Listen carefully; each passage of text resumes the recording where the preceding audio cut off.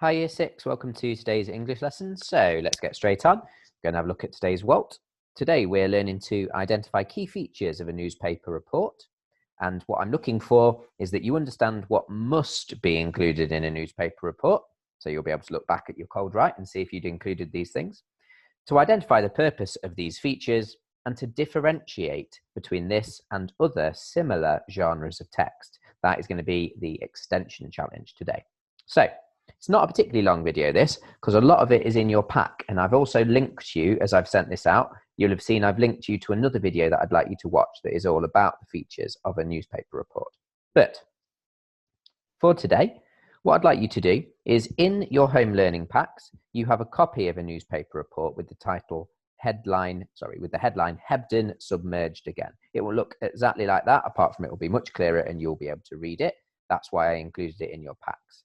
What I'd like you to do is I'd like you to read over that carefully, and I'd like you to either with underlining with a pencil, highlight as if you've got them, you can highlight. If you've got colours, you can shade in, whatever you want to do. But I'd like you to go through and annotate and highlight and find all of the different features that are specific to a newspaper report. So that is things that you only really get in newspaper reports and not any piece of writing. So you don't need to go through telling me they use capital letters and full stops. That's in every piece of writing. Just what are specific features to a newspaper report. Once that's done, I'd then like you to watch the video on BBC Bitesize and read through the article and watch the different bits that I've sent you a link out to. When you've done that, you should have a really clear idea of what is and what isn't a newspaper report feature. Using that knowledge, you can then explain the purpose of the features you've identified. So by the time you've done it, you should be able to list all the features of a newspaper. And I'd like you to, next to them, after a little dash, I'd like you to explain why those features are used. What is the purpose of those features in a newspaper report?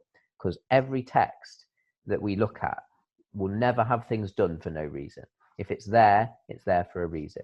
And your task today is to list firstly what the features are, but then secondly, to go through and explain exactly why they have been included. When you've done all that, there is then an extension. And your extension is, I'd like you to think of two features that are used in newspaper reports, but that are also used in non-chronological reports. So they have some things in common.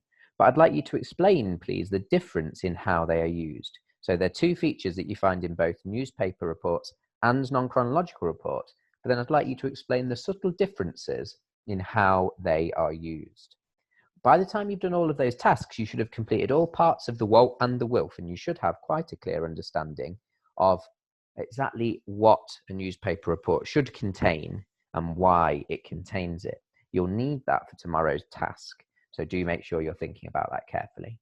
Best of luck, and just the same as every other piece of work, do make sure you're photographing that clearly, please. It helps to hold your phone directly above, or whatever you're using to take the photograph, directly above the page so it isn't sloping away. A few of them yesterday were quite difficult to read, so do make the very best you can to make sure that what you send is really clearly readable.